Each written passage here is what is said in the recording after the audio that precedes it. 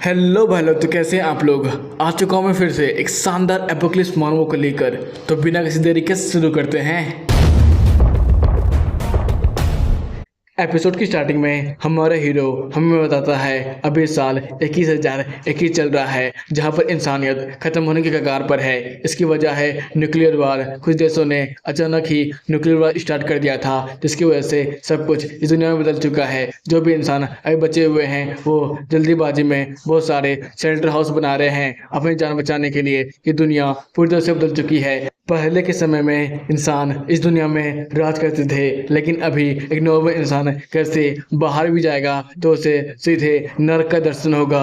अब ये दुनिया न्यूक्लियर एनर्जी की वजह से पूरी तरह से बदल चुकी है, जहां पर एक छोटा सा इंसेक्ट हम लोग आराम से मार दिया करते थे, लेकिन अभी के समय एक ग्रास हॉपर जैसा इंसेक्ट भी इतना बड़ा हो चुका है कि वो इंसान जैसे छोटे मोटे जीवों को तो जो ही मसल कर रख सकते हैं। इधर हम लोग देखते हैं एक बड़ा सा ग्रास हॉपर हमारे मेन कैरेक्टर को देख लेता है, जिसकी वजह से उसके ऊपर अटैक करने के लिए बहुत तेजी से उसके पीछे पड़ जाता है और बहुत सारा अटैक भी करता है। लेकिन उससे तो हमारा हीरो को जैसे ही फर्क नहीं पड़ता है, वो अपनी तलवार को चार्ज करते हुए बड़ी तेजी से उसके ऊपर अटैक करते हुए उसके छोटे टुकड़े कर देता है और कहता है, देख लिया ना, ये है इस दुनिया की असली हालत। यहाँ पर तो सरवाइव करने के लिए तुम्हें इन जैसे म्यूटेड क्रिएचर से 10 गुना ज़्यादा ताकतवर होना पड़ेगा, नहीं तो ये क्रिएचर तुम्हें पल भर में ही मसल देंगे। ये दुनिया का रूल और रेगुलेशन पूरी तरह से बदल चुका है। यहाँ पर ताकतवर ही लोग यहाँ का नया कानून बनाते हैं और बस हम लोग उसका पालन नहीं कर सकते हैं। तो ये है वो दुनिया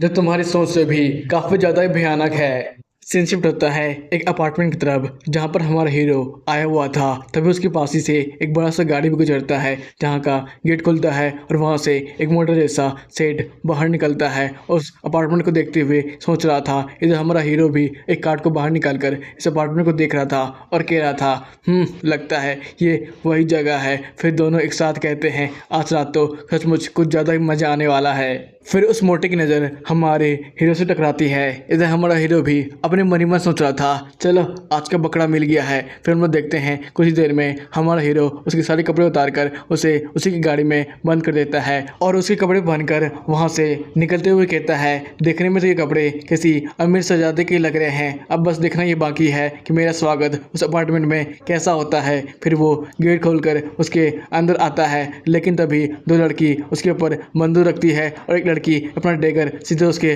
गर्दन में लगा देती है और कहती है, भाई मुझे माफ़ करना, लेकिन तुम्हारा चेहरा कुछ जाना पहचाना नहीं लग रहा है। तुम्हें क्या सचमुच लगता है कि तुम अभी सही जगह पर हो? इधर वो डिगर वाली लड़की कहती है, हाँ बच्चे, मुझे लगता है तुम कहीं गलत जगह पर आ गए हो। तुम्हारे जैसा मासूम बच्चा एक प्राइवेट प्रॉपर्टी में घुस चुका है। अगर तुमने दूसरा कदम बढ़ाने की कोशिश की, मैं तुरंत ही तुम्हारा यहाँ पर गला काट दूंगी।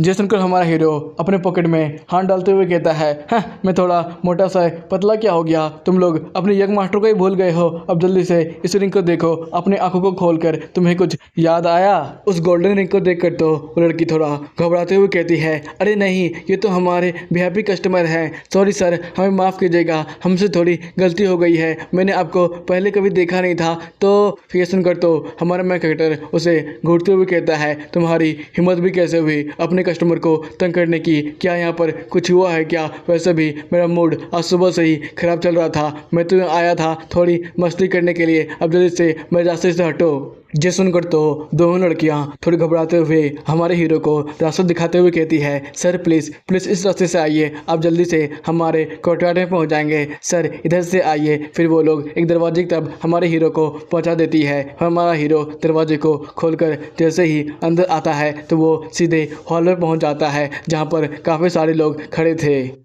और हमारा हीरो हॉल के अंदर चलते हुए कह रहा था, ये जगह तो काफ़ी ज़्यादा बड़ी और शानदार है, इसके अंदर तो काफ़ी बड़े बड़े लोग आए हुए हैं और यहाँ तक कि इलाइट मेंबर भी। आखिरकार सोचिए इन सबको क्या ही चीज़ अट्रैक्ट करती होगी, क्या इन्हें कुछ ज़्यादा ही पसंद होगा। कुछ ही देर के बाद अनाउंसर अनाउंस करते हुए कहती है, आप सभी लोगों का स्वागत है हमारे आज रात के ऑक्शन हाउस में। यहाँ पर बड़ा मज़ा आने वाला है, क्योंकि आपका पैसा ही बोलने वाला है। आपके पास जितना ज़्यादा पैसा होगा उतना ही ज़्यादा आपको एक्सपीरियंस मिलने वाला है और मज़ा भी। इसलिए जोरदार तालियों के साथ स्वागत कीजिए आज के नए नए खजानों का। इस साइड जैसे ही पर्दा हटता है तो वहां पर काफी सारे स्लेब रखे हुए थे। ये देखकर तो पूरी पब्लिक ही चिल्लाने लगती है। पूरे ऑक्शन हाउस में बस उन्हीं की आवाजें गूंज रही थी। फिर अनाउंसर कहती है, शांति शांति, जल्द ही ऑक्शन स्टार्ट होने वाला है। आपको मैं पहले बता दूं, ये सारे लोगों को हमने चुन चुन कर बाहर निकाला है। आपको पता है इसमें बहुत सारे बीस्ट गर्ल हैं और यहाँ तक कि बहुत सारे अनोखी प्रजाति की लड़कियां भी। आपको इसमें बड़ा मजा आने वाला है, इसलिए भूलिएगा नहीं कि पैसा बोलता है। ये देखकर तो हमारा हीरो कहता है, ओह, इस रात के ऑप्शन हाउस का स्पेशल सर्विस मतलब ये था क्या, जहाँ पर इलीगल तरीके से स्लेव मार्केटिंग किया जाता है, जहाँ पर जवान जवान लड़कियों को बेचा जाता है पैसों के बदले में। सचमुच ये लोग तो काफी ज्यादा ही क्रूर है। लेकिन एक बात बताओ, इस ऑक्शन हाउस का इससे भी ज्यादा क्रूर साइड है, जहाँ पर पैसे के बदले कुछ और दिया जाता है। और वैसे भी जहाँ पर कुछ और है, जिसे देखकर तुम बहुत ज्यादा ही चौंक जाओगे। तभी वहां पर एक और लड़की आते हुए कहती है, अरे तुम्हें क्या हुआ, तुम हमारे ऑक्शन हाउस में अकेले यहाँ पर क्यों खड़े हुए हो? क्या तुम्हें हमारे सामान में से कुछ भी पसंद नहीं आया? तुम क्या और भी नई नई चीजों को देखना चाहोगे? जैसन कर तो हमारा हीरो कहता है, मुझे तो इन जैसे सेकेंड गेट चीज़ों में जरा सा भी इंटरेस्ट नहीं है और मुझे ये सब देखने में मज़ा भी नहीं आता है। क्या तुम्हारे पास कुछ नया फ्रेश माल है क्या? जैसन करते वो लड़की उसके हाथों को पकड़ते हुए कहती है, ओह, मतलब कि तुम और ज़्यादा एक्साइटेड और फ्रेश माल को देखना चाहते हो? हाँ हाँ, मेरे पास वो सब है, लेकिन उसके लिए तुम्हें हमारे ऑक्शन हाउस का मेंबरशिप कार्ड लेना पड़ेगा, क्योंकि वो सब हमारे बस वीआईपी मेंबर्स के लिए ही उपलब्ध है। तुम्हें वीआईपी कार्ड लेना पड़ेगा। ये सुनकर तो हमारा हीरो अपने गोल्डन अंगूठी को दिखाते हुए कहता है, ये क्या तुम्हारे लिए काफ़ी होगा? उस गोल्डन अंगूठी को देखकर तो वो लेडी पहचानते हुए कहती है, हाँ हाँ, ये तो गोल्डन अंगूठी है। आप पहले से ही हमारे वीआईपी मेंबर हैं, मुझे माफ़ कीजिएगा, मुझे पता ही नहीं था आप वीआईपी मेंबर हैं हमारे। प्लीज़ इधर से आइए, इधर से आइए, मैं आपको स्पेशल सामान दिखाने वाली हूँ। फिर वो एक रूम की तरफ ले जाते हुए कहती है, जहाँ पर आपको बस फ्रेश माल ही मिलेगा। आपको जो भी पसंद है बस वो ले लीजिए। सीन शिफ्ट होता है एक पिंक कलर के रूम की तरफ, जहाँ पर एक बेस्ट कलर की लड़की हमारे मेन कैरेक्टर को सेड्यूस करते हुए कह रही थी, अरे ओ हैंडसम, तुम क्या मेरे पहले कस्टमर हो? मेरा नाम जाओ बे है और मैं बस 20 ही साल की हूँ। जाओ बाई को दिखाते हुए वो लेडी कहती है, प्लीज कस्टमर, इसे देखिए, क्या ये आपको पसंद आया? ये हमारा प्रीमियम माल है, सचमुच ये कम माल का है, इसलिए इस समय ये आपका होता है, आप जो चाहे वो एंजॉय कर सकते हैं। ये सुनकर तो हमारा हीरो कहता है, नॉट बैड, गुड क्वालिटी का है। जय सुनकर वो लेडी हमारे में कैरेक्टर को चेहरे से छूते हुए कहती है, ठीक है, तो इस समय तुम नए माल को टेस्ट करो और हाँ, हो सके तो बाद में तुम मेरे साथ भी आ सकते हो। ये बोलकर वो वहां से निकल जाती है। और इधर हमारा मेन कैरेक्टर जाओ बाई को देखते हुए कह रहा था, अरे वाह, लगता है आज मैंने कुछ ज्यादा ही कड़क मान को चुन लिया है, आज तो बड़ा मजा आएगा। इधर वो सर्वेंट भी कह रही थी, हाँ हाँ मास्टर, आज से मैं आपकी सर्वेंट बनती हूँ, आप जो चाहे मेरे साथ कर सकते हैं। और हाँ, वो सब भी। जो सुनकर तो हमारा मेन कैरेक्टर जाओ बाई को चेहरे से सहलाते हुए कह रहा था, मैं वो सब भी कर सकता हूँ, इसका क्या मतलब है? कि सुनकर तो जाओ बाई हमारे मेन कैरेक्टर के गर्दन पर हाथ रखते हुए कहती है, मास्टर, आप भी ना अब बहुत ज्यादा मजा करते हैं, अब चलिए ना। इधर तो हमारा मेन कैरेक्टर उसको थोड़ा और भी ज्यादा सहलाते हुए कह रहा था, अरे इसका क्या मतलब है? क्या यहाँ पर हमें मजा करने को मिलेगा? ये सुनकर तो वो जाओ बाई सीधे हमारे मेन कैरेक्टर के ऊपर आते हुए कहती है, लगता है आप शुरू में स्टार्ट नहीं करने वाले हैं, तो मास्टर क्यों ना मैं ही शुरू करूँ। फिर वो कैट जैसी गर्ल हमारे मेन कैरेक्टर के हाथों में हाथ डालती है और थोड़ा करीब आते हुए कहती है, मास्टर, अगर मुझसे थोड़ी सी भी गलती हो जाती है तो आप मुझे बेड से भी मार सकते हैं, आपको इससे बड़ा मजा आएगा। ये सुनकर तो हमारा मेन कैरेक्टर कहता है, क्या मैं वेब से भी मार सकता हूँ? ये सुनकर तो किटी कहती है, हाँ हाँ मास्टर, आप मार सकते हैं, आपको अगर पसंद आए तो। और हाँ, मैंने कुछ गलती किया बस, तो जे बस सुनने की देर थी। हमारा मेन कैरेक्टर किटी को उसके कमर से पकड़ते हुए लेटाते हुए कहता है, तो किटी तैयार हो जाओ मेरी वेब से मार खाने के लिए। फिर वो अपने हाथ से वेब को बाहर निकालते हुए कहता है, आज तो बड़ा मजा आने वाला है, मैं बस अब शुरू करता हूँ। ये बोलकर वो किटी को मारने लगता है और इधर किटी बेचारी बस चिल्लाते रह जाती है और कहती है, मास्टर प्लीज रुक जाइए, अगर आप इसी तरह मुझे मारते रहेंगे तो मैं आपको अच्छी तरीके से सर्विस नहीं दे पाऊंगी। मास्टर प्लीज अब रुक जाइए। इधर तो हमारा हीरो हंसते हुए कहता है, अरे बस मैंने एक ही वेब से क्या मारा, तुम्हें क्या तकलीफ होने लगी? मुझे लग रहा था तुम्हारी बॉडी तो काफी ज्यादा ही स्ट्रांग और पेटी है, तुम कमाल की होगी, लेकिन जब तक तुम अपना मुंडी मेरे सामने झुकाओगी नहीं और मुझसे भीख नहीं मांगोगी तुम्हें ना मारने का, तब तक तो मैं तुम्हें इसी तरह मारने वाला हूँ, अपना मजा लेने वाला हूँ, है ना मिस बीस्ट? मिस बिस्ट नाम सुनकर तो ज़ाबाई चौंकते हुए कहती है, आखिर कैसे कैसे तुम्हें पता कि मैं एक बीस्ट हूँ, तुम क्या कोई इसके वेंजर हो? ये सुनकर तो हमारा मैन कैरेक्टर कहता है, तुम्हें इससे क्या ही फर्क पड़ता होगा मैं एक्सपेंजर हूँ या फिर नहीं, हम लोग तो यहाँ पर आते हैं तुम पर पैसे लौटाने के लिए, वैसे भी मैं तुम लोग का यहाँ पर वीआईपी मेंबर हूँ, इसलिए अब ज्यादा नाटक करना बंद भी करो, क्योंकि मुझे साफ पता है तुम लोग एक बीस्ट हो, क्योंकि बीस्ट ट्रांसफॉर्म नहीं हो सकते हैं पूरी तरह से इंसान में, उसका कुछ न कुछ तो दिखने लगता है, जैसे कि तुम्हारे ये कान दिख रहा है, ऊपर से तुम्हारी स्मेल भी कुछ ज्यादा ही अलग है, तुमने ट्रांसफॉर्मेशन में बहुत ज्यादा ही मेहनत की है, जिसकी वजह से तुम इतनी खूबसूरत लग रही हो, है ना?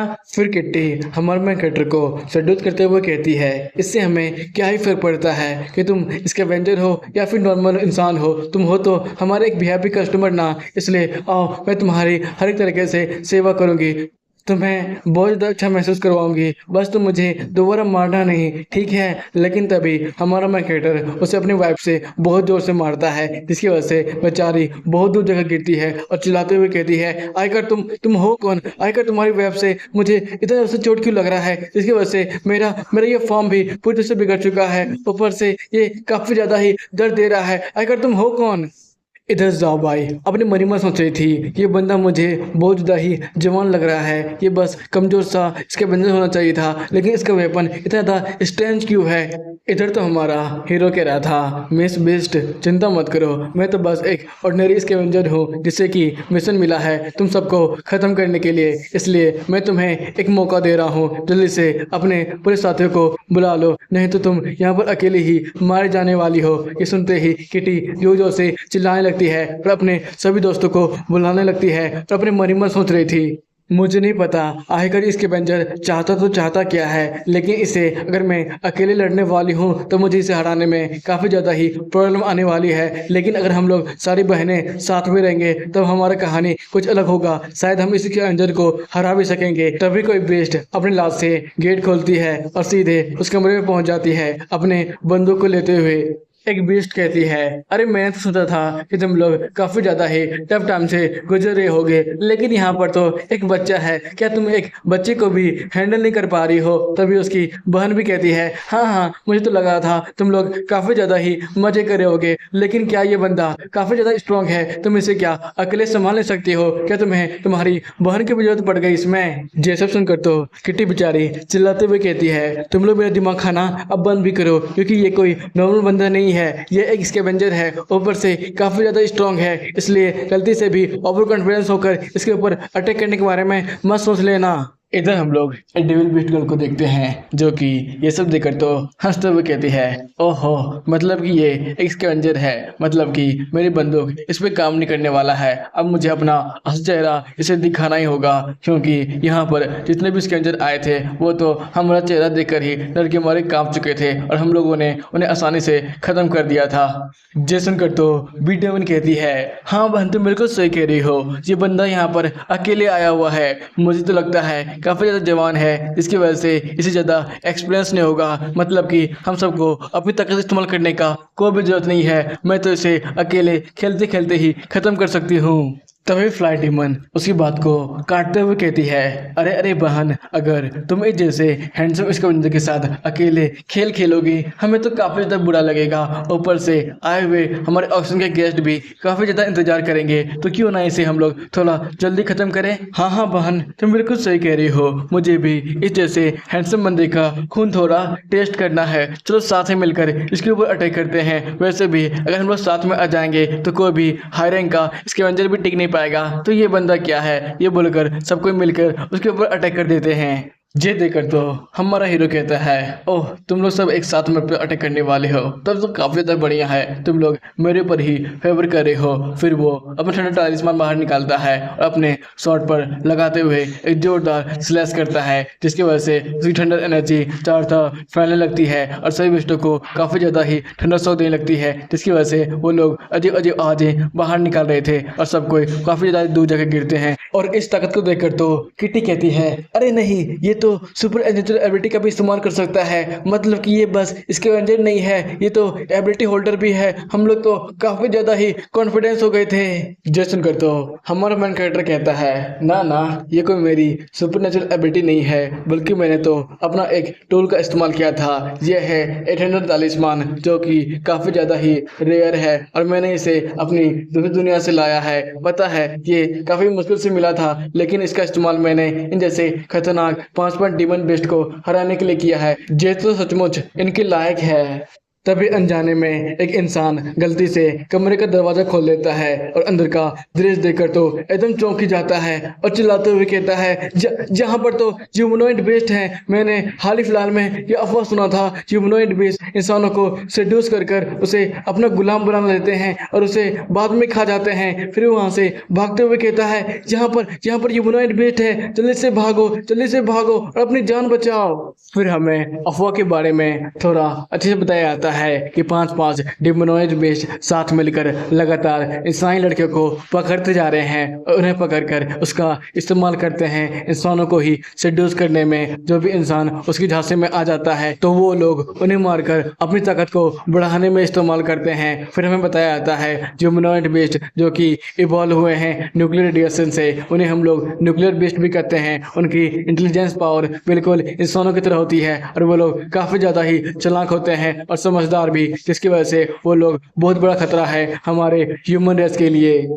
अरे हाँ, मैं तो आपको मेरा नाम बताना भूल ही गया। मेरा नाम है ली जियोंग, आप मुझे ली बुला सकते हैं। वैसे मैं प्रोफेशन से एक स्कैवेंजर हूँ। मुझे एक मिशन मिला था इन सारे ह्यूमन बेस्टों को खत्म करने के लिए। उसका रिवॉर्ड था 5 न्यूक्लियर कोर। सचमुच ये तो वर्दित है। फिर वो वहां से न्यूक्लियर कोर उठाते हुए कहता है, इस दुनिया में स्कैवेंजर बनना एक जॉब की तरह है। जो मिशन पूरा करते हैं उसके बदले वो रिवॉर्ड हासिल करते हैं। रिवॉर्ड में कुछ भी हो सकता है, वेपन या फिर न्यूक्लियर कोर। न्यूक्लियर कोर मेरे लिए तो काफ़ी ज़्यादा इंपॉर्टेंट है। और हाँ, स्कैवेंजर को कंट्रोल करती है डायरेक्टली यहाँ की स्कैवेंजर गिल्ड, जो कि इंसानी दुनिया के बहुत सारे प्रॉब्लम को सॉल्व करने में मदद करती है। जहाँ पर स्कैवेंजर बस वही बन सकता है जिसके पास एक यूनिक एबिलिटी हो, तो उसे हम लोग एबिलिटी होल्डर कहते हैं, जो कि बस न्यूक्लियर रेडिएशन के एक्सपोजर से होता है। इंसानों को नई नई तरह की ताकतें मिलती है, बहुत सारे इंसानों की फिजिक्स डेवलप हो जाती है,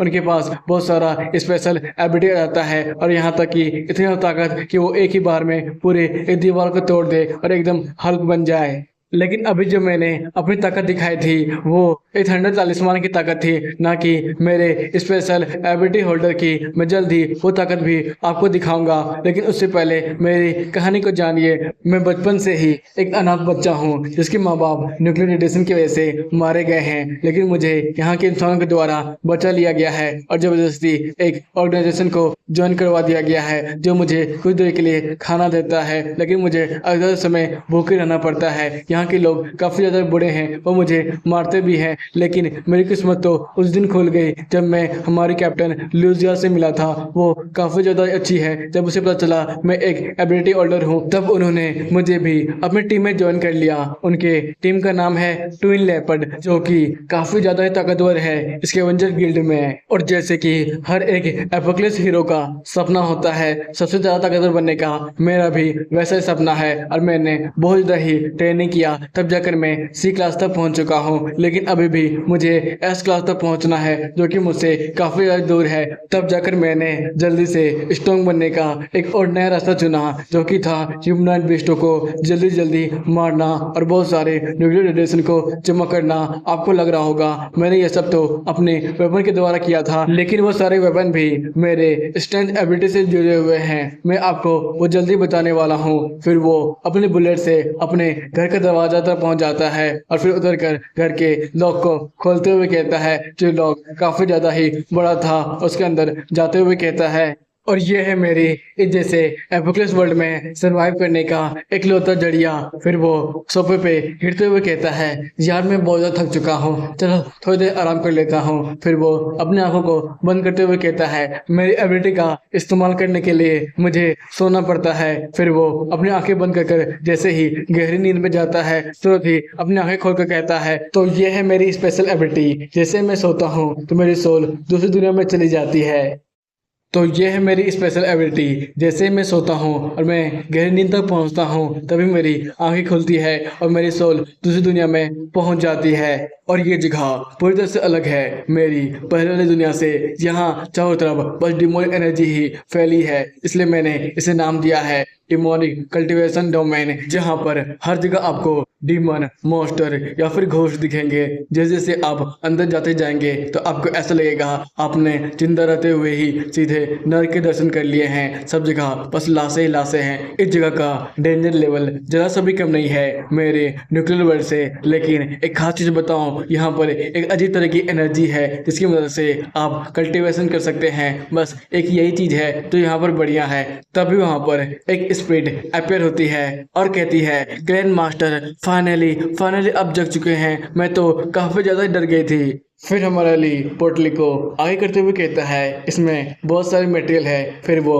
हमें बताता है, मैंने न्यूक्लियर वर्ल्ड में जैसे ही मिशन कंप्लीट किया था उससे मुझे बहुत सारे मटेरियल मिले हैं। मैं इनका इस्तेमाल इस दुनिया में करने वाला हूँ अपने टेम्पल के कुछ फंक्शन को एक्टिवेट करने के लिए। फिर वो स्पिरिट से कहता है कि इतने सारे मटेरियल काफ़ी होंगे। फिर स्पिरिट उसे टेम्पल की तरफ ले जाने लगती है और जाते हुए हमारा मेरा कैरेक्टर अपने मन में सोच रहा था, आपको अभी कुछ भी समझ में नहीं आ रहा होगा आखिर ये टेम्पल और ये मेटल किस चीज़ के लिए है। लेकिन मैं जितनी बार भी इस दुनिया में आ जाऊँ मुझे तो विश्वास ही नहीं होता है। मेरी आंखें बंद होती है और मैं तो थी दूसरी दुनिया में पहुंच जाता हूँ। ये सचमुच अमेजिंग टैलेंट है। लेकिन जब पहली बार मेरी आंखें खुली थी इस दुनिया में तो मुझे तो कुछ भी समझ में नहीं आ रहा था, क्योंकि हर जगह बस लाशें लाशें थी। और मैं खुद से पूछ रहा था आखिर ये कौन सी जगह है और मैं कहाँ पर आ गया हूँ। पहले तो मुझे लग रहा था मैं बस सपना देख रहा हूँ, इसलिए जल्दी से मैं वहाँ से भाग निकला। लेकिन जैसे जैसे मैं आगे बढ़ता गया मुझे हर जगह बस लाशें या फिर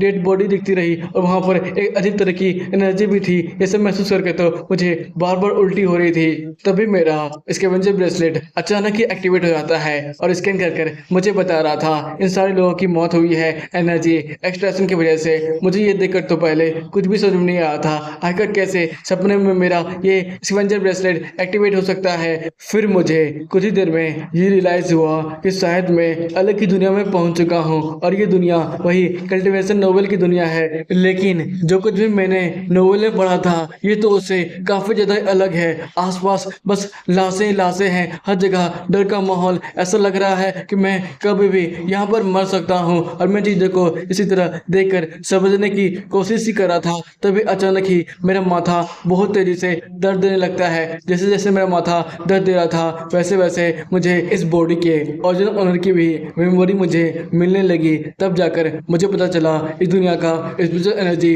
पूरी तरह से खत्म हो चुका है और उसकी जगह इविल एनर्जी ने ले लिया है। यहाँ पर इविल एनर्जी काफ़ी ज़्यादा ही हैवी हो गई थी जिसकी वजह से यहाँ के डिमोनिक कल्टिवेटर काफ़ी ज़्यादा ही स्ट्रांग हो चुके हैं और बहुत सारे तो इमोर्टल गॉड तक बन चुके हैं। और जहाँ तक बात रही बस राइटियस कल्टिवेटर के लिए, वो तो इस दुनिया में बस नाम के बचे हुए हैं, अपना स्टेटस मेंटेन करते हैं, वो भी इतनी खतरनाक कल्टीवेशन टेक्निक की मदद से। आप अगर देखेंगे आपकी रूह तक कांप जाएगी। वैसे इस बॉडी का ओरिजिनल ओनर एक राइटियस सेट का डिसाइपल है और सेट का नाम है फिशिंग सेट। वो आउटर डिसाइपल है जिसका बस काम है यहाँ वहाँ गड्ढा खोदकर जो कुछ भी खाया जा सके उन्हें बस जमा करना। और हम लोग कोई नॉर्मल कल्टिवेटर नहीं थे बल्कि हम लोग तो एक किसान फैमिली से बिलोंग करते थे। लेकिन हमें जबरदस्ती इन कल्टिवेटर ने अपने सेक्ट में डिसाइपल बना लिया और ना आने के बाद ये कल्टिवेटर आपको पता ही है क्या कर सकते थे।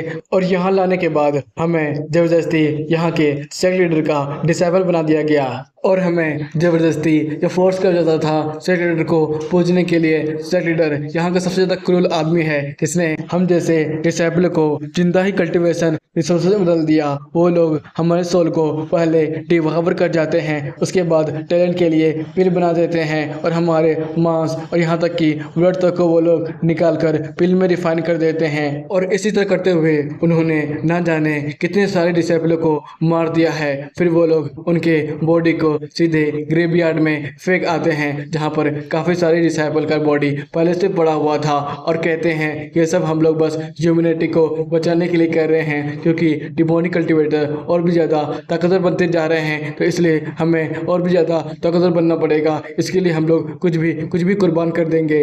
हाँ, ये बेकार सी कल्टिवेशन की दुनिया, मैं तो सोचने लगा था कि मैं अपनी पहली दुनिया में मारा जा चुका हूँ, तब न जाकर मेरा इस बॉडी में पुनर्जन्म हुआ है। तभी अचानक ही मेरा माथा दर्द फिर से स्टार्ट हो जाता है और मुझे इस बॉडी के और की थोड़ी और मेमोरी मिलने लगती है। जहाँ पर उसके अंकल कह रहे थे, ली मेरी बातों को ध्यान से सुनो। तुम्हें पता है जब मैं छोटा बच्चा था ना, तब तो मेरे आसपास बहुत सारे एक्सपर्ट कल्टिवेटर यहाँ वहाँ घूमा करते थे। उनके पास इतनी ताकत थी कि वो आराम से हेवन और अर्थ में ट्रेवल कर सकते थे। तुम्हें पता है वो लोग प्रैक्टिस करते थे the great advance walk everywhere technique, एक ऐसी टेक्निक जो कि इतनी ताकतवर थी कि वो बादलों से भी पानी निकाल दे। ऊपर से उन्हें तो थंडर ट्रिब्यूलेशन बस कुत्तों की तरह लगता था। तुम्हें पता है उस समय अगर तुम गली में घूमते ना, तुम्हें हर जगह एक्सपर्ट ग्रेड के कल्टीवेटर मिल जाते। जी सुनकर तो हमारा छोटली कहता है, अंकल अंकल क्या सचमुच उस समय क्या इतने ज्यादा ताकतवर कल्टीवेटर हुआ करते थे? हाँ बच्चे, उस समय तो हमारे टाइटन सेक्ट की बात ही अलग हुआ करती थी। अभी के कल्टीवेटर तो हमारे उस समय के सर्वेंट हुआ करते थे। तुम्हें पता है उस समय हमारे जो सेक्ट लीडर थे वो तो इमोर्टल थे, काफी ज्यादा स्ट्रॉन्ग, वो सुप्रीम पार्ट को कल्टीवेट करते थे। तुम्हें पता है उन्होंने डीमन और यहाँ तक कि सभी तरह के जीवों को भी अपने सरेंडर ले लिया था, और उन्होंने एक नई तरह की टेक्निक बनाई थी जिससे हम लोग आराम से सेलेस्टियल और डिमोनिक पाथ को एक साथ ही कल्टीवेट कर सकते थे। लेकिन उसके कुछ ही साल के बाद अचानक ही मौसम में बदलाव आया। जैसे कि सबको पता होता है अच्छा समय ज़्यादा देर तक टिकता नहीं है, उसी तरह अचानक ही इविल एनर्जी सभी जगह फैलने लगी। स्पेस में बड़े बड़े क्रैक आने लगे थे, जिसकी वजह से हमारी स्पिरिचुअल एनर्जी पूरी तरह से गायब भी हो चुकी थी, जिसकी वजह से राटियस कल्टीवेटर पर इतना खराब प्रभाव पड़ा कि उसका डंटियान अचानक ही इम्प्योर एनर्जी से भरने लगा। उसके अंदर से अजीब अजीब तरह के बदलाव आने लगे और वो इस बदलाव को सहन नहीं कर पाए, जिसकी वजह से बहुत सारे हायरार्की कल्टीवेटर अचानक ही मरने लगे थे, और जो भी कल्टीवेटर बचे थे वो तुरंत ही सर्कुलेशन में चले गए, जिससे वो खुद को बचा पाए। जिसे देखकर हमारे सेक्ट मास्टर तुरंत ही एक आशा का किरण बनते हुए पूरे सेक्ट को ही रिफाइन करना शुरू कर दिया। उसने फॉरबिडन सीक्रेट टेक्निक का इस्तेमाल किया था, जिसकी वजह से लगातार ट्रिब्यूलेशन उनके ऊपर होता रहा, लेकिन वो रुके नहीं और डटे रहे, और उसने पूरे सेक्ट को ही रिफाइन कर दिया। उसके बाद हजारों और लाखों साल के लिए उन्होंने हमारे पूरे सेक्ट को कहीं पर छुपा दिया। और कहा तो ये जाता है हमारा टेंटियन सेक्ट इस दुनिया में अभी भी मौजूद है, लेकिन कहाँ पर है ये किसी को पता नहीं है। इसे बस एक यूनिक स्पिरिचुअल रूट वाला बंदा जो कि डीमन और स्पिरिचुअल एनर्जी दोनों को कल्टीवेट कर सकता है, बस वही हमारे सेक्ट को दोबारा रिवाइव भी कर सकता है। और अभी तुम्हें इस दुनिया में जितने भी रेटियस कल्टीवेटर दिखेंगे वो बस नाम के ही रेटियस कल्टीवेटर हैं। वो सब इविल मेथड या फिर इविल एनर्जी का ही इस्तेमाल करते हैं। वो लोग तो डेमोनिक कल्टीवेटर से भी काफ़ी ज़्यादा ही भयानक हो चुके हैं, इसलिए तुम्हें उन सब से हमेशा सावधान रहना है। और हाँ, हो सके तो हमारे टेंटियन सेट को ढूंढने की भी कोशिश करना। मैंने अपनी पूरी उम्र लगा दी, लेकिन मैं टेंटियन सेट को ढूंढ नहीं पाया। और ये सब यादों को देखकर हमारा मेन कैरेक्टर कहता है, अरे यार ये कल्टीवेशन वर्ल्ड तो और भी ज़्यादा पैथेटिक है मेरे न्यूक्लियर वर्ल्ड से। लेकिन चलो एक बात अच्छी है कि मेरे एंसेस्टर ने मुझे रास्ता बता दिया था कि यहीं पर शायद टेंटियन सेक्ट हमें मिल सकता है। फिर वो वहाँ जाते हुए कह रहा था, असल बात यह है इस बंदे को फिशिंग सेक्ट ने पकड़ लिया था और उसका सेक्रीफाइस की तरह इस्तेमाल किया, जिसकी वजह से बच्चे ये ओरिजिनल कभी भी टेंटियन सेक्ट को ढूंढ ही नहीं पाया। लेकिन अब ये मौका मुझे मिला है। फिर हमारा ली एंसेस्टर की बातों को याद करते हुए कह रहा था, एंसेस्टर ने कहा था हमारे विलेज में ये प्रथा चली आ रही है, जो भी हमारे विलेज का नया बच्चा होगा उसे हम लोग ये सिल्वर ब्रेसलेट पास ऑन करेंगे। इस ब्रेसलेट के पास ऐसी ताकत है कि ये टेंटियन फॉर्मेशन को खोल सकता है, बस तुम्हें इस ब्रेसलेट को 3 बार इस्तेमाल करना होगा। इधर हमारा ली आगे बढ़ते हुए कह रहा था, अरे यार हमारे एंसेस्टर ने जो मुझे बताया था उसके हिसाब से मुझे रूइन यहीं यहीं पर दिखना चाहिए, लेकिन यहाँ पर तो मुझे कुछ भी नहीं दिख रहा है। मैं आसपास 5-6 बार घूम चुका हूँ, लेकिन ये जगह तो वैसा ही लग रहा है, मुझे कुछ भी समझ में नहीं आ रहा है। एक पूरा टेंटियन सेट तो काफी ज्यादा बड़ा होगा ना, तो आखिरकार वो गया कहाँ? छोटे मोटे इलाके में थोड़ी ना फिट होगा। तभी उसका इसके वजह सिस्टम एक्टिवेट होता है और सुझाता है न्यूक्लियर रिएक्शन डिटेक्ट की गई है 1000 से 1 किलोमीटर के गहराई में। इसके वजह सिस्टम को एक्टिवेट होता देखकर तो हमारा ली बहुत ज़्यादा चौंका हुआ था और कह रहा था, अरे यार, ये जो मेरा इसके वजह सिस्टम है, इसे तो न्यूक्लियर रिएक्शन को डिटेक्ट करने बनाया गया है पोस्ट एपोकलिप्स वर्ल्ड में, तो ये यहाँ पर एक्टिवेट हो रहा है और ये क्या बता रहा है मुझे कि 500 से 1000 किलोमीटर में न्यूक्लियर रिएक्शन है। आखिर ऐसा कैसे हो सकता है? फिर वो आसपास की चीज़ों में देखते हुए कह रहा था, अचानक ही मेरा ये जेट ब्लास्टेड भी वाइब्रेट करने लगा है, मतलब कि शायद वो टेंटियन सेट का फॉर्मेशन यही कहीं से होगा। फिर वो आसपास की चीज़ों को देखते हुए कह रहा था, मेरा ये स्कैवेंजर ब्रेसलेट मुझे इंडिकेट कर रहा है इसी कुएं के अंदर में, क्या मुझे इस कुएं के अंदर उतरना पड़ेगा? फिर वो कुएं के लाशों को हटाकर अंदर जाते हुए कह रहा था, ये कुआं तो काफ़ी ज़्यादा गहरा है और इविल एनर्जी की वजह से ये म्यूटेट भी हो चुका है। यहाँ पर काफ़ी सारे लोग भी हैं जो कि अब मैनेटर बन चुके हैं, इससे निकलने में तो मुझे काफ़ी ज़्यादा तकलीफ हो रही है। फिर वो बड़ी मुश्किल से नीचे तक पहुँच जाता है और कहता है, चल फाइनली मैं यहाँ तक पहुँच गया। तभी उसे सामने की तरफ काफी बड़ी एक गुफा दिखती है। ये देखकर तो हमारे लिए कह रहा था, अचानक ही मेरा ये ब्रेसलेट काफी तेजी से वाइब्रेट कर रहा है, क्या मुझे इस गुफा के अंदर जाना चाहिए?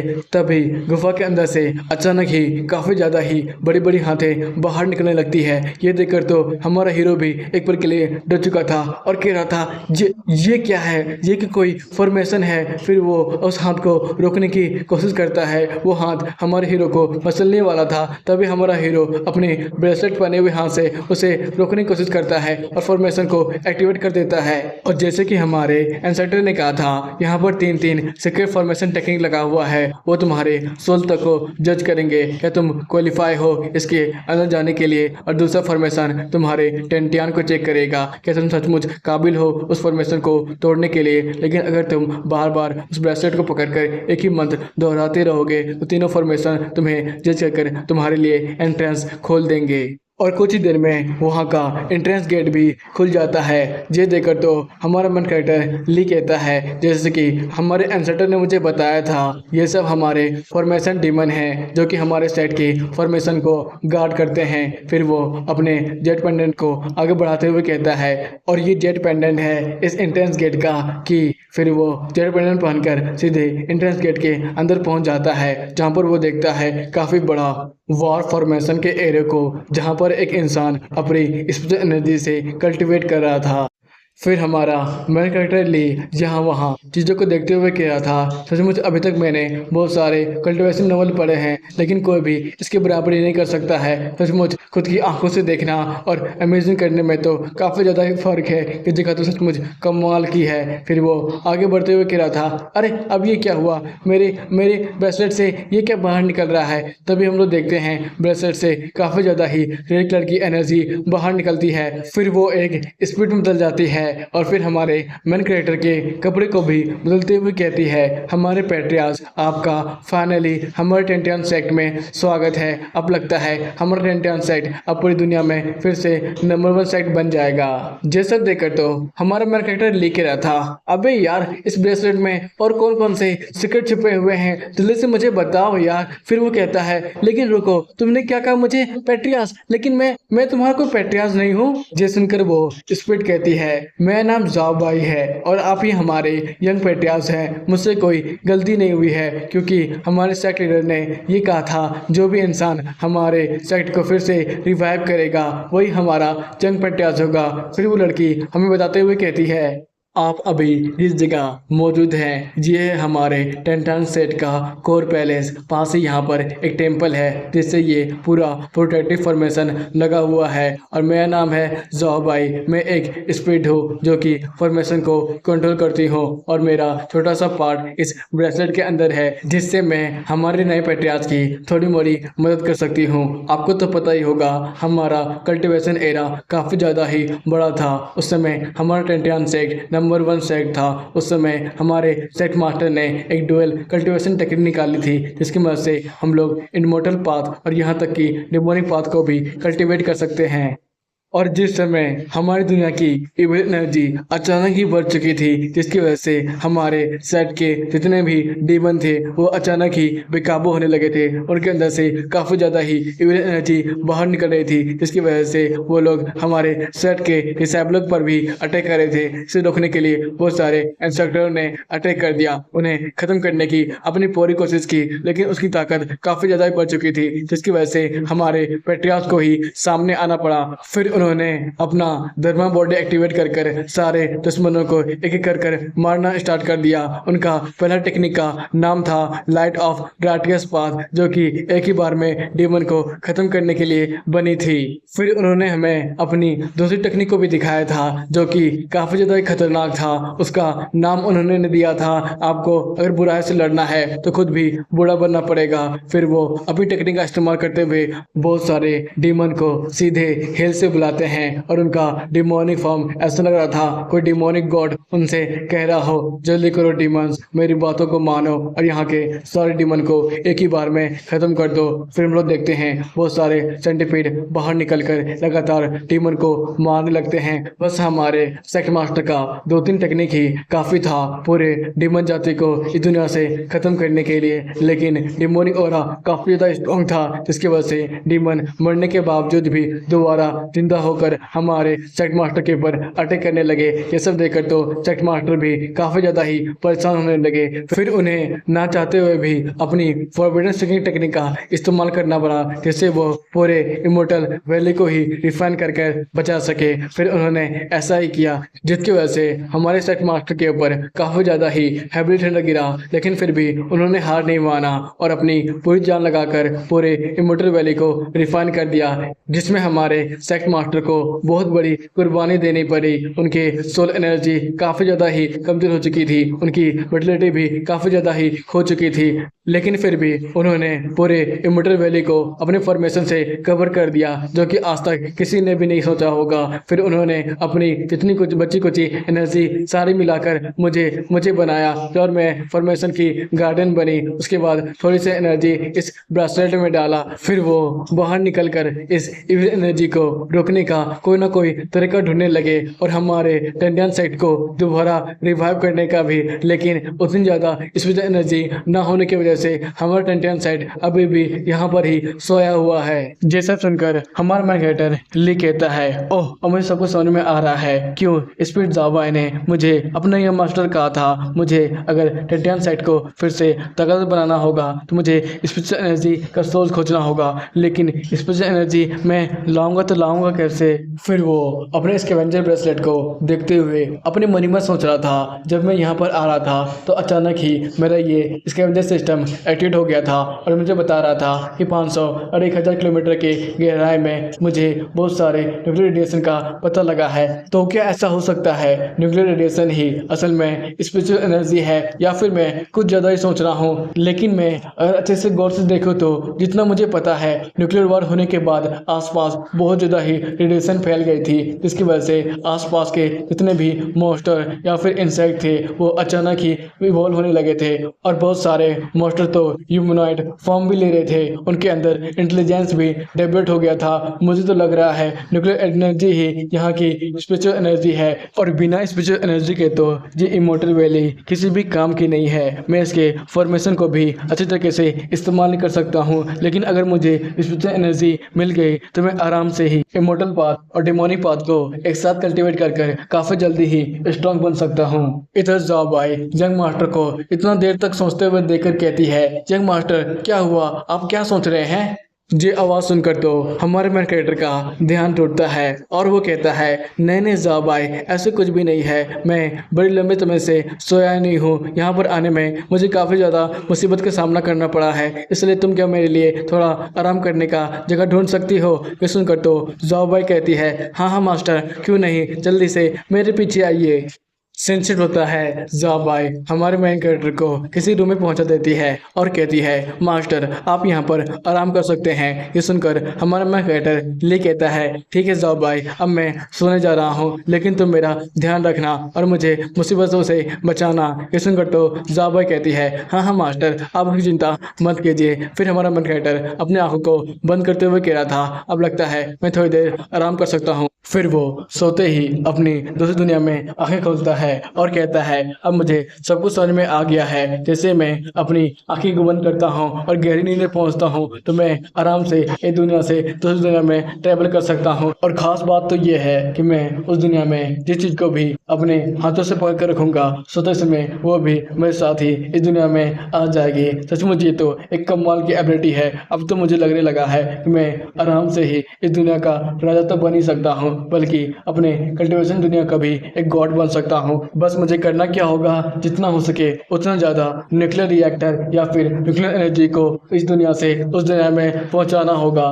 सेंसिटिव होता है प्रेजेंट में, जहाँ पर हमारा मेन कैरेक्टर उसे न्यूक्लियर कोड दिखाते हुए कह रहा था कि क्या हम लोग इस चीज़ का इस्तेमाल कर सकते हैं स्पिरिचुअल एनर्जी के तौर पर। ये सुनकर तो वो स्पिरिट बहुत ज़्यादा खुश हो जाती है और कहने लगती है, हाँ हाँ मास्टर, इसके अंदर से तो काफ़ी ज़्यादा ही स्पिरिचुअल पावर मुझे बाहर निकलते हुए महसूस हो रही है, हम लोग इसका इस्तेमाल कर सकते हैं। जिस सुनकर हमारा मेन कैरेक्टर ली अपने मन में सोच रहा था, चलो जैसा मैंने सोचा था, मैं अपनी एपोक्लिप्स की दुनिया में सोते हुए किसी भी चीज़ को अपने हाथों से पकड़ कर रखूंगा तो वो भी मेरे साथ इस कल्टीवेशन की दुनिया में आ जाएगी। और कमाल की बात तो ये है कि वहाँ का न्यूक्लियर कोर यहाँ का स्पेशल स्टोन की तरह है, मैं इसका इस्तेमाल कर अपने क्लैन को काफ़ी जल्दी रिवाइव कर सकता हूँ। तभी स्पिरिट खुश होकर कहने लगती है, मास्टर मास्टर, आपके पास तो अभी काफ़ी सारे स्पेशल स्टोन हैं, तो क्या आप क्लैन के सबसे ज़्यादा इंपॉर्टेंट आर्टिफैक्ट को एक्टिवेट करना चाहेंगे, द कर्मा ऑफ रीबर्थ को। इधर तो हमारा मेन कैरेक्टर कह रहा था, ये कर्मा ऑफ रीबर्थ, ये किस तरह का आर्टिफैक्ट है। फिर वो स्पीड एक फॉर्मेशन के पास ले जाते हुए कहती है,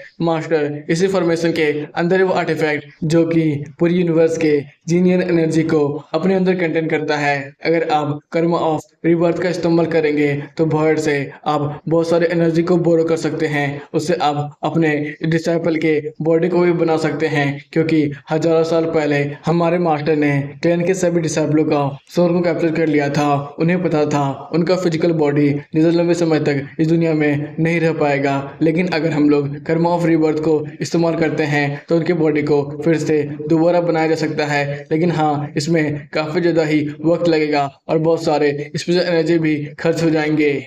और हाँ, अगर हम लोग डिसेबल के फिजिकल बॉडीज को दोबारा बनाना स्टार्ट करेंगे तो उनके पास काफ़ी ज़्यादा ही अलग तरह की एबिलिटीज आ जाएगी, जो कि यंग मास्टर आपको काफ़ी ज़्यादा ही इसमें मदद कर सकती है। जैसे उनका तो हमारा मार्केटर ली कहता है, तो हाँ हाँ, तुम इंतजार किससे कर रही हो, ये तो हमारे लिए एक अपॉर्चुनिटी की तरह है। हाँ, जल्दी से कर्मा ऑफ रीबर्थ को स्टार्ट करो, मैं भी तो देखूँ फॉर्मेशन से किस तरह का आर्टिफैक्ट बाहर निकलता है। फिर वो स्पीड हमारे मेन कैरेक्टर के सारे स्टोन को उस मेडिसिन भट्टी में डालते हुए कहती है, मास्टर, बस हमें इसमें सारे स्टोन डालने हैं और जो भी सोल को अगर आपको रिमूव करवाना है उसे इसके अंदर डाल दीजिए। जैसे ही वो सोल इसके अंदर जाएगा तो फिर उसके फिजिकल बॉडी बनना शुरू भी हो जाएगा। जिस सुनकर तो हमारा मेन कैरेक्टर फिर से सोच में पड़ जाता है और कहता है, आखिरकार मैं कैसे कैसे चुनूंगा किस भट्टी में किस तरह के सोल को डालना है। ये सुनकर तो स्पीड कहती है, ये मास्टर, पहली बार तो ये डेस्टिनी पर डिपेंड करता है, आपकी किस्मत किस तरह के सोल को चुनती है, इसलिए चिंता मत कीजिए, किसी भी सोल को पकड़िए और इसके अंदर डाल दीजिए। ये सुनकर तो हमारा मेन कैरेक्टर खुश होते हुए कहता है, सचमुच ये आर्टिफैक्ट तो एक मिस्ट्री बॉक्स की तरह है, हम लोग किसी भी तरह के डिसेबल को इससे पा सकते हैं। अगर मेरे पास ज़्यादा स्टोन होता तो मैं काफ़ी सारे ही डिसेबल को एक साथ बाहर निकाल देता। इधर वो स्पीड मेडिसिन भट्टी को देखते हुए कह रही थी, यंग मास्टर, मुझे नहीं पता आखिर आप किस तरह का मिस्ट्री बॉक्स के बारे में बात कर रहे हैं, लेकिन आपको ध्यान देना चाहिए, जल्दी उससे कुछ ज़्यादा ही खतरनाक चीज़ बाहर निकालने वाली है। यह सुनकर तो हमारा ली चौंकते हुए कहता है, आखिर इसका मतलब क्या है। फिर वो स्पीड कहती है, यंग मास्टर, वहाँ देखिए, वो है हमारे डिसेबल का फिजिकल बॉडी पूरी तरह से कंप्लीट होने वाला है। फिर हम लोग देखते हैं एक न्यू बॉर्न फोनिक्स जो कि बहुत ज़्यादा तेजी से हमारे मेन कैरेक्टर की तरह भी भी आगे बढ़ रही थी। ये देखकर तो वो स्पीड चौंकते हुए कहती है, ये मास्टर तो ध्यान से, वो स्पीड आपकी तरफ आ रही है। ये देखकर तो हमारा मेन कैरेक्टर भी चौंका हुआ था और कह रहा था ये तो काफी ज्यादा तेज है। लेकिन जैसे वो फोनिक्स हमारे मेन कैरेक्टर को नुकसान पहुंचाती, उससे पहले हमारे मेन कैरेक्टर ने उस फोनिक्स को पकड़ लिया था, जिसकी वजह से फोनिक्स के अंदर से काफी ज्यादा ही फायर बाहर निकल लगती है और वो एक फिजिकल बॉडी में भी बदलने लगती है। फिर वो डिसाइपल बहुत गुस्से में कहती है, कौन हो तुम, कौन हो तुम, क्या तुम्हें जैसे भी डरने लग रहा है मेरे टू फ्लेम समाधि फायर से जो कि मेरे चारों तरफ है। फिर वो उसके हाथ में पड़े उस ब्रेसलेट को देखती है और कहती है, ये तो जेट पेंडेंट ब्रेसलेट है, ये तुम्हारे पास क्यों है। इधर डिसेबल को इतना ज्यादा डरा हुआ देखकर तो वो स्पीड कहती है, आखिरकार तुम इंतजार कैसा कर रही हो, अब जल्दी करो, अपने सेक्ट लीडर को ग्रेटिट्यूड पेश करो। ये सुनकर तो हमारा मैन कैरेक्टर भी कहता है, हाँ हाँ डिसेबल, तुम्हारा सेक्ट में फिर से दोबारा स्वागत है। जिसने को तो डिसेबल जल्दी से हमारे मेन कैरेक्टर और उस स्पीड से दूर भागते हुए सोचती है, मैंने साफ साफ देखा था, हमारे लीडर ने अपना पूरा कल्टीवेशन भेज से बर्बाद कर दिया था हमारे पूरे सेक्ट को बचाने के लिए। उनका सोल भी काफी हिस्सों में टूट चुका था, लेकिन इस बंदे के पास तो हमारा वो जेड ब्रेसलेट है जो कि हमारे कल्ट लीडर के पास हुआ करता था। क्या ये बंदा सचमुच हमारे लीडर का रिकार्नेशन है या फिर कुछ और, मुझे सब कुछ सोच समझ कर ही पता करना होगा। फिर वो दिखाकर आगे बढ़ते हुए कहती है, आखिरकार तुम लोगों ने मुझे सबसे पहले यहाँ पर जिंदा क्यों किया है। जैसन कर तो हमारा मैन कैरेक्टर कहता है, हाँ तुम जो सोच रही हो वो बिल्कुल सही है, हम लोग अपने टिंटियोंग सेट को फिर से रिवाइव करना चाहते हैं और दुनिया का नंबर 1 सेट बनाना चाहते हैं। इधर तो डिसाइपल बड़ी कैजुअल अंदाज में कहती है, ये तो काफी ज्यादा ही बोरिंग काम है, मुझे तो इसमें जरा से भी इंटरेस्ट नहीं लग रहा है। वैसे भी टिंक्चर सेट को दोबारा बनाना ये तो बकवास है, तो क्यों ना हम लोग फिर से मिलकर एक नया सेट बनाते हैं, इसमें मुझे थोड़ा मजा आएगा। जैसे बकवास सुनकर तो हमारी स्पीड को काफी ज्यादा ही गुस्सा आ चुका था। वो तो उस लड़की का माथा कचाड़ते हुए कह रही थी, क्या कहा तुम्हारी कमीने कि तुम जरा से भी इंटरेस्ट नहीं आ रहा है हमारे लिंजन सेट को दोबारा बनाने में, तुम्हें यह सब बोरिंग लग रहा है और तू नया सेट बनाना चाहती है। तेरी तो मैं इधर उस डिसेबल को भी बड़ा गुस्सा आता है और वो तो स्पीड को एक जोरदार मुक्का मारते हुए कहती है, बाहर में जाए ये सेक्ट, बाहर में जाए क्लैन लीडर और बाहर में जाए ग्लोरी व्लोरी, मुझे ये सब कुछ भी नहीं चाहिए। मैं दोबारा इस दुनिया में फिर से जिंदा हुई हूँ तो कल्टिवेशन करूंगी और भी काफी ज्यादा स्ट्रांग बनूंगी और मुझे किसी भी तरह के किसी के अंदर काम करने में जरा सा भी शौक नहीं है, मैं अपना रास्ता खुद ही चुन लूंगी। फिर वो अपने ट्रू समाधि फायर को एक्टिवेट करते हुए कहती है, कोई भी अगर मुझे कंट्रोल करने के बारे में सोचेगा तो मैं उसे पूरी तरह से ही खत्म कर दूंगी। फिर वो जैसे ही हमारे मैकेटर के ऊपर अटैक करने वाली थी, लेकिन तभी हमारा मैकेटर उसी जेड ब्रेसलेट का इस्तेमाल करता है, जिससे एक सोल्जर बाहर निकलकर उसी डिसेबल को पूरी तरह से पकड़ लेता है और उसे काफी जोर जोर के झटके लगने लगते हैं। और ये देखकर तो स्पीड काफी ज्यादा ही खुश होने लगती है और कहती है, जंग मास्टर क्या आपने जिन यान सोल ब्रांडिंग स्पेल को भी सीख लिया है जो कि लीडर ने बनाया था। कि सुनकर तो हमारा मैकेटर कहता है, हाँ मैंने गलती से सीख लिया, जब मैं रिवर्थ ऑफ हॉल में एंटर कर रहा था तभी मेरा ये ब्रेसलेट अचानक ही काफी जोर से वाइब्रेट कर रहा था, तब जाकर मैंने महसूस किया मेरे जेट पेंडेंट से बहुत सारी चेनें बाहर निकल रही है और बहुत सारे सोलों को पकड़ कर रख रही है। तभी मुझे ऐसा लगा मेरे ये जेट ब्रेसलेट यहाँ के सभी डिसेबलों के सोल से जुड़ा हुआ है। जय सुनकर तो वो स्पीड कह रही थी, ओह अब मुझे समझ में आया, आखिर आप क्यों कह रहे थे कि हम लोग सोल को भी चुनकर इस मेडिकल फर्नेस में डाल सकते हैं। मुझे सबको समझ में आ रहा है, आखिरकार हमारे लीडर ने क्या किया होगा। लीडर ने सभी सेट के डिसेबलों को सोल को एक जगह पर जमा कर सील कर दिया था किसी सीक्रेट डिमोनिक कल्टिवेशन टेक्निक से, जिससे उनका सोल कभी बर्बाद ना हो और ना ही डैमेज हो। लेकिन हमारे सेट के कई सारे डिसेबल में से मॉन्स्टर, घोस्ट, यहाँ तक कि कई सारे डीमन और डीमन लॉर्ड्स भी आते हैं जो कि किसी रीजन को लीड कर रहे थे। जैसन कर तो हमारा मैन कैरेक्टर कहता है, ओह अब देखो मुझे समझ में आया, जब इस डिसेबल की फिजिकल बॉडी बन रही थी तो मेरा जेट पेंडेंट काफी ज्यादा ही वाइब्रेट कर रहा था, उससे एक चैन बाहर निकलकर डिसेबल के गर्दे पे लगी हुई थी, तभी से जाकर मैंने इस डिसेबल को आसानी से पकड़ लिया। मुझे डरा से भी डरने लगा इस समाधि ट्रू फायर से, मुझे लग रहा है मैंने किसी तरह के कर्स एबिलिटी को इस्तेमाल किया है। इधर तो वो स्पीड अभी भी यंग मास्टर को लेकर काफी ज्यादा खुश थी और कह रही थी यंग मास्टर ये सचमुच कमाल की एबिलिटी है। ये है इंडियन सोल बेंडिंग, जिससे आप अपने सभी डिसाइपलों के सोल को बेंड कर सकते हैं। फिर वो उस डिसाइपल से भी कहती है अब जल्दी करो, हमारे यंग लीडर को जल्दी से अपना ग्रेटिट्यूड दो और अपना नाम बताओ। सोल बेंडिंग चैन को देखकर तो डिसाइपल डरते हुए कहती है मेरा नाम हुआ ये है और मैं एक समाधि ट्रू फायर हूँ जिसने 100 साल से भी ज़्यादा कल्टीवेशन की है और इंसानी फॉर्म में आ चुकी है। तभी बाई चांस मुझे प्रीवियस सेक्ट लीडर ने देख लिया और मैं उनकी डिसाइपल बन गई। ये सुनकर तो हमारी स्पीड कहती है यंग मास्टर लगता है आपका सारा स्पिरिचुअल स्टोन बर्बाद हो गया। ये तो बस एक ऑर्डिनरी सी समाधि फायर है और शुरुआत में तो ये तो अपने आप को महान और बहुत ज़्यादा ही काबिल बता रही थी। ये सुनकर तो हमारा मैकेटर भी एक्टिंग करते हुए कह रहा था हाँ हाँ मुझे भी लगता है ये तो बस फिजिकल बॉडी का बर्बादी है। मुझे इतने सारे स्पिरिचुअल स्टोन खर्च कर कर इसके बॉडी को नहीं बनाना चाहिए था, लेकिन कोई बात नहीं, तुम अपने सोल को फिर से सील कर सकती हो और अपनी बॉडी को दोबारा किसी नए सोल को भी दे सकती हो, है ना। जैसन कर तो उठरी समाधि फायर काफी ज्यादा ही डर जाती है और कहने लगती है नहीं नहीं यंग मास्टर आप मेरे साथ ऐसा नहीं कर सकते हैं। आपको पता है मेरा काफी ज्यादा इस्तेमाल है, मैं high quality immortal spirit Alchemy में भी काम कर सकती हो और यहाँ तक कि तलिस्मान बनाने में भी आपकी मदद कर सकती हो। आप जिस तरह के आर्टिफैक्ट को रिफॉर्ज करना चाहेंगे मैं उसमें भी मदद कर सकती हूँ। प्लीज यंग मास्टर मेरे साथ ऐसा ऐसा ना कीजिए ना। मैं सच्ची बताऊँ तो मेरे साथ काफी सारे लाइटनिंग तलिस्मान भी सील हुए थे और एक हेवनली ग्रेड का शॉट भी मेरे साथ ही सील हुआ था जो कि हमारे प्रीवियस ग्रेड के यंग लीडर ने मुझे अपना खुद का डिसाइपल बनाने के लिए दिया था। मैं आपसे भीख मांगती हूँ, आप ये सब रख सकते हैं, बस मुझे इस शरीर में रहने दीजिए।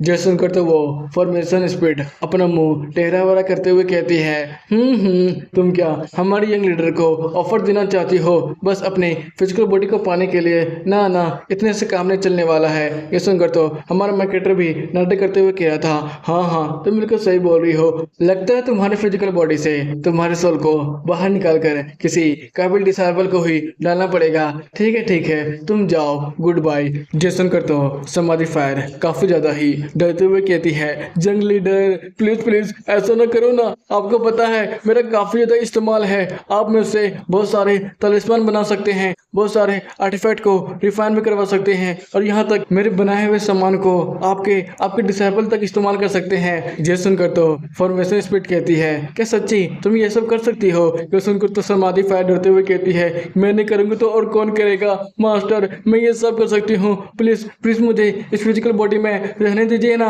उसे उतना रोता देख कर तो हमारे मार्केटर कहता है चलो ठीक है हम लोग देख ही लेते हैं आखिरकार तुम सचमुच क्या काम की हो या फिर नहीं। मैं तुम्हें एक चांस देता हूँ। सीन शिफ्ट होता है प्रेजेंट में जहाँ पर हमारे मार्केटर बहुत सारे न्यूक्लियर कोर को ले जाकर उसी टू समाधि फायर को देते हुए कहता है हुआ ये रख लो, इसमें काफी सारे ही स्पेशल स्टोन हैं और ये तुम्हारे लिए तो काफी होंगे।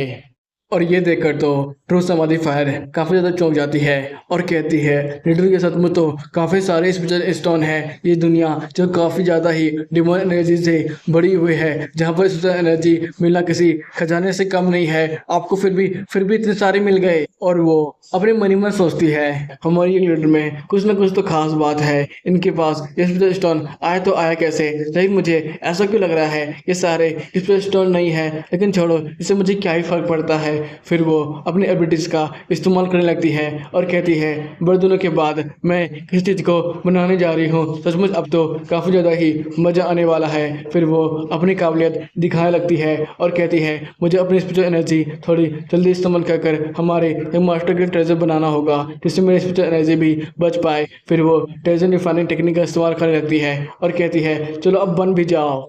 फिर वो अपने मन ही मन कहती है अरे नहीं, मुझसे काफ़ी ज़्यादा स्पेशल एनर्जी इस ट्रेजर को बनाने के लिए लग रहा है। मुझे ऐसा लग रहा है मैं किसी स्पेशल स्टोन को नहीं बल्कि रॉ मटेरियल को रिफाइन कर रही हूँ ट्रेजर बनाने में। ये काफ़ी ज़्यादा ही मुश्किल है लेकिन मैं फिर भी अपनी पूरी कोशिश करने वाली हूँ। मैं अपने यंग लीडर को नाराज़ नहीं कर सकती हूँ। फिर वो अपना काफ़ी ज़्यादा ही मेहनत लगाती है जिसकी वजह से वो एक खजाने को बनाती है जिसका नाम था सेलेस्टियल तालिस्मान, जिसका काम था शैडो वॉक। ये देखकर तो हमारा मेन कैरेक्टर कहता है, अरे वाह, इसका नाम तो काफ़ी ज़्यादा ज़बरदस्त है और इसकी एबिलिटी भी मुझे किसी बर्ड टाइप की लग रही है। नॉट बैड नॉट बैड, तुम तो काफ़ी ज़्यादा ही बढ़िया हो तालिस्मान बनाने में, लेकिन ये तो बस एक ऑर्डिनरी तालिस्मान है। ये बताओ, मुझे अगर खजाने की वैल्यू को थोड़ा इंक्रीज करना होगा तो मुझे क्या करना चाहिए? ये सुनकर समाधि फायर कहती है, यंग मास्टर, अगर आपको ज़्यादा अच्छा सामान चाहिए तो आपको ज़्यादा मात्रा में भी स्पिरिचुअल एनर्जी देनी होगी, जो कि मैं आपको दिखाती हूँ। फिर वो काफ़ी ज़्यादा ही स्पिरिचुअल एनर्जी का इस्तेमाल करने लगती है और कहती है, मैं पूरी पावर में ही अपनी टेक्निक का इस्तेमाल कर रही हूँ, इससे काफ़ी अच्छा कुछ बनना चाहिए। फिर वो सारी स्पिरिचुअल एनर्जी को एक जगह पर कंसंट्रेट करते हुए कहती है, देखिए मास्टर, बन गया, ये है सीड जो कि मैं अभी रिफाइन कर रही हूँ। उस बीज को देखकर तो हमारा मैकेटर कह रहा था, अरे ये तो मुझे किसी ऑर्डिनरी प्लांट का बीज ही लग रहा है। तुम्हें क्या लग रहा है? स्पीड, ये दोस्तों स्पीड काफ़ी ज़्यादा ही एक्साइटेड में कह रही थी, मैं मास्टर, क्या मास्टर, मुझे ये किसी डिलीशियस फूड का बीज लग रहा है जो मैंने काफ़ी लंबे समय पहले खाया था, वो सचमुच कमाल का था। अगर हम लोग इसे प्लान कर देते हैं तो इससे कमाल के ही फल आएंगे। तभी हम लोग देखते हैं हमारी ट्रू समाधि फायर काफ़ी ज़्यादा ही बुरी हालत में यंग मास्टर को ही बुला रही थी। यह देखकर तो हमारा मेन कैरेक्टर काफ़ी ज़्यादा ही चौंक जाता है और इधर समाधि फायर अपनी दुखड़ा रोते हुए कह रही थी, आपको पता है मैं भले ही एक इमोर्टल कल्टिवेटर हूँ, लेकिन फिर भी मैंने पूरे 2 दिनों से कुछ भी नहीं खाया है, जिसकी वजह से मेरी एनर्जी काफ़ी ज़्यादा ही कम बची है। ऊपर से मैं पूरी तरह से रिकवर भी नहीं हुई हूँ और आपने मुझे इतने सारे ट्रेजर को रिफाइन करने को कह दिया, इसकी वजह से मेरी काफ़ी ज़्यादा ही स्पेशल एनर्जी कम बची है। अब मुझे आप ही यहाँ से उठाकर अपने रूम तक ले चलिए। ये सुनकर तो हमारा मैकेटर कहता है, तुम चिंता मत करो, मैं तुम्हारा पूरा ख्याल रखूंगा। फिर वो उसे उठाकर उसके रूम तक ले जाता है। इधर हम लोग स्पिरिट को देखते हैं जो कि कह रही थी, यंग मास्टर, आपको चिंता करने की जरूरत नहीं है, बस कुछ ही घंटों में ये ठीक हो जाएगी। ये तो एक इमॉर्टल कल्टिवेटर है, इसके पास काफ़ी ज़्यादा ही एनर्जी होगा। इधर तो हमारा मेन कैरेक्टर अपने मन ही मन सोच रहा था, उसे देखकर मुझे जल्दी खाने का भी इंतजाम करना पड़ेगा, यहाँ पर कुछ भी ऐसा नहीं है जो कि मैं इसे खिला सकता हूँ। फिर वो अपने मन ही मन सोच रहा था, मैंने इस प्रॉब्लम को पहले ही भांप लिया था, इसलिए तो मैं एपोकलिप्स वर्ल्ड में काफ़ी सारे खाने के सामान को लेकर सोया था, लेकिन वो सारे खाने के सामान यहाँ पर नहीं आ पाए। मुझे ऐसा तो लग रहा है जहाँ पर कुछ तो ऐसे रिस्ट्रिक्शन है जिससे मैं किसी भी बायोलॉजिकल सामान जैसे कि डीएनए या फिर आरएनए जिसमें मिला हुआ हो, मैं उसे अपनी दुनिया से इस दुनिया में नहीं ला सकता हूँ। तभी वो स्पिरिट कहती है, मास्टर, आप क्या सोचने लगे? आपके पास अभी भी बहुत सारे स्पिरिचुअल क्रिस्टल हैं, तो क्या आप फिर से बहुत सारे डिसेबल को समन करना चाहेंगे? अगर आप ऐसा करते हैं तो शायद हम लोग कुछ कर सकते हैं। ये सुनकर तो हमारा मेन कैरेक्टर कहता है, अरे हाँ, तुमने बिल्कुल सही सोचा, अगर हम लोग कुछ ज़्यादा ही डिसेबल को फिर से समन करते हैं तो हम लोग शायद खाने के प्रॉब्लम को सॉल्व कर सकते हैं। सेंसिप्ट होता है अलकेमी रूप की तरफ, जहाँ पर हमारा मेन कैरेक्टर कहता है, अरे यहाँ पर चल क्या रहा है? अचानक कर्मा ऑफ रीबर्थ इतना ज़्यादा सेक क्यों कर रहा है? ये देखकर तो फॉर्मेशन स्पीड कहती है, जंग मास्टर, मुझे तो ऐसा लग रहा है एक ही टाइम में दो डिसेबल की फिजिकल बॉडी फॉर्म हो रही है, जिसकी वजह से ये फर्नेस काफ़ी ज़्यादा ही सेक कर रहा है। फिर वो कुछ देखते हुए कहती है, जब मास्टर चलो गौर से देखिए, शायद वो लोग आपस में ही एक दूसरे से लड़ रहे हैं। जैसा देखकर तो हमारा मेन कैरेक्टर काफ़ी ज़्यादा घबरा जाता है और कहता है, अगर ये दोनों इसी तरह लड़ते रहें तो ये लोग फर्नेस को भी बर्बाद कर देंगे, मुझे जल्दी इन्हें कंट्रोल करना पड़ेगा। फिर वो अपने सोल बेंडिंग का इस्तेमाल करता है और उन दोनों को पकड़ लेता है और इतनी ज़्यादा शोरगुल को सुनकर तो समाधि फायर का नींद टूट जाता है और वो बड़ी तेजी से वहाँ पर आते हुए कहती है, आखिर तुम लोग इतनी ज़्यादा शोर क्यों मचा रहे हो? तुम्हें होगा क्या है? मैं चैन से सो भी नहीं पा रही हूँ। तभी वो कुछ देखकर चौंक जाती है और कहती है, अरे ये तो तुम दोनों हो, अब तो मुझे यहाँ पर रहने में बड़ा मजा आएगा। ये देखकर तो हमारा मेन कैरेक्टर कहता है, आखिर यहाँ पर चल क्या रहा है और ये दोनों हैं कौन? जैसन कर तो समाधि फायर जोर से हंसते हुए कहती है, यंग मास्टर, क्या आपने इन्हें नहीं पहचाना? ये तो काफी ज्यादा ही फेमस लिंगटियन सिस्टर है। आपको पता है इनमें से जो सबसे बड़ी है ना, उसका नाम मासा है, जो कि फायर को रिप्रेजेंट करती है, और जो सबसे छोटी है ना, उनका नाम लो है जो कि आइस को रिप्रेजेंट करती है, ये दोनों अपोजिट है, एकदम अपोजिट है। मुझे देख के ये सचमुच विश्वास नहीं हो रहा है, ये दोनों एक ही फर्नेस में एक साथ रिबॉर्न हुए हैं और वो भी बिना किसी लड़ाई झगड़े के, क्योंकि ये तो जन्मजात ही लड़ाई झगड़ा करना शुरू करते हैं और ऊपर से ये हमेशा देखते हैं इन दोनों में से कौन जीता और कौन हारा है। इसलिए मुझे काफी ज्यादा मजा आता है इन्हें देखने में। तो जे सुनकर तो दोनों बहनें आइस एंड फायर ड्रैगन एक साथ कहती है, तू तो अपना मुंह बंदी रख कुतिया, क्या हमारे बारे में बेइज्जती कर रही है। इससे ज्यादा वो लोग कुछ बोल पाते हैं उससे पहले हमारे फॉर्मेशन स्पीड गुस्साते हुए कहती है, तुम दोनों अपना मुंह बंद रखो, आखिरकार क्यों क्यों यहाँ पर शोर मचाए रखी हो, आखिर यहाँ पर चल क्या रहा है। तुम लोग दोनों दोबारा रिबॉर्न हुई हो हमारे यंग लीडर की वजह से, इसलिए जल्दी से